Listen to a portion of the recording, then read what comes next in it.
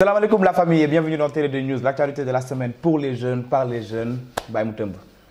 Alors qu'est-ce qu'on a pour le sommaire cette semaine? Cissé Lo, El Pistolero, guéguerre à la paire, Cissé Lo déverse vide son chargeur, balle perdue, founé. Le buzz de la semaine, nous avons Aby Ndour. Et pour finir, les faits divers, une femme accouche devant l'hôpital Philippe Maguilène Senghor et le déconfinement. Guéguerre à la paire, APR ni toj, fofu ni men ni toulek mali, c'est incroyable ce qui se passe. Cissé Lo, ça tire à balles réelles, ça tire partout.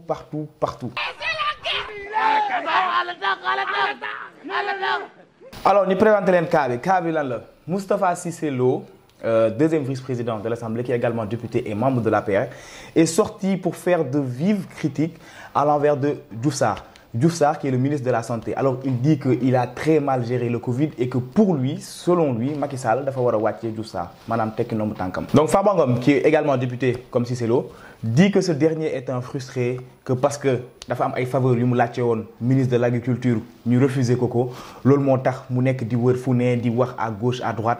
Donc Farba Ngom ñëw na clairement il va le remettre à sa place. Néna wax yoy nonu. Mom boudé mom lay saga amul problème ci lolu, mais boudé il s'attaque au gouvernement, il va pas laisser faire ça. Légui Moustapha Cissé Lo lan moko metti concrètement? Moustapha Cissé Lo néna mom ñom ya xam mbay.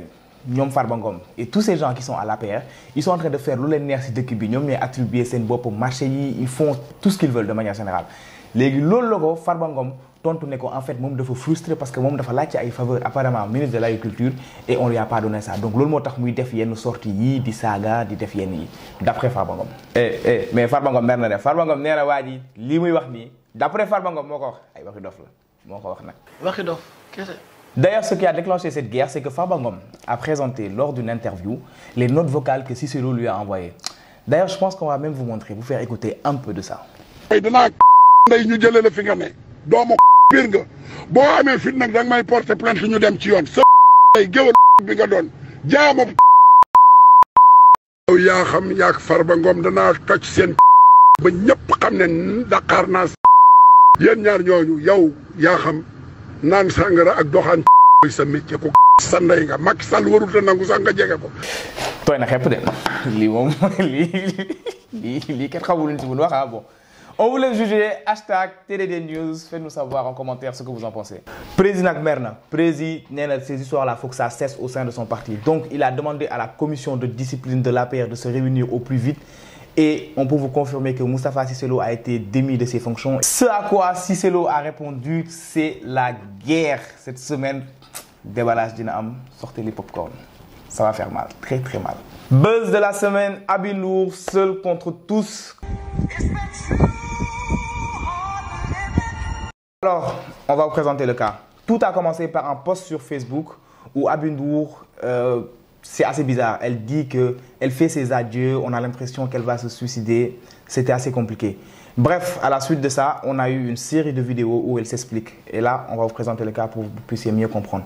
Dans une série de vidéos, on voit Aby Ndour quand même assez marqué, noir fumé, le visage bien triste et tout, le ton bien grave, où elle dit que la famille Ngom a main mise sur le terrain qui est juste à côté du KFC et ce terrain lui appartient parce qu'elle veut faire un restaurant là-bas. Réponse de Anta Ngom qui dit que le terrain n'appartient pas à KFC et que ce terrain appartient à Vivo Énergie ou Shell et que ce sont eux les bailleurs. Donc ils n'ont aucun problème avec Aby Ndour. Deuxième cas pour Aby Ndour, c'est pas encore fini.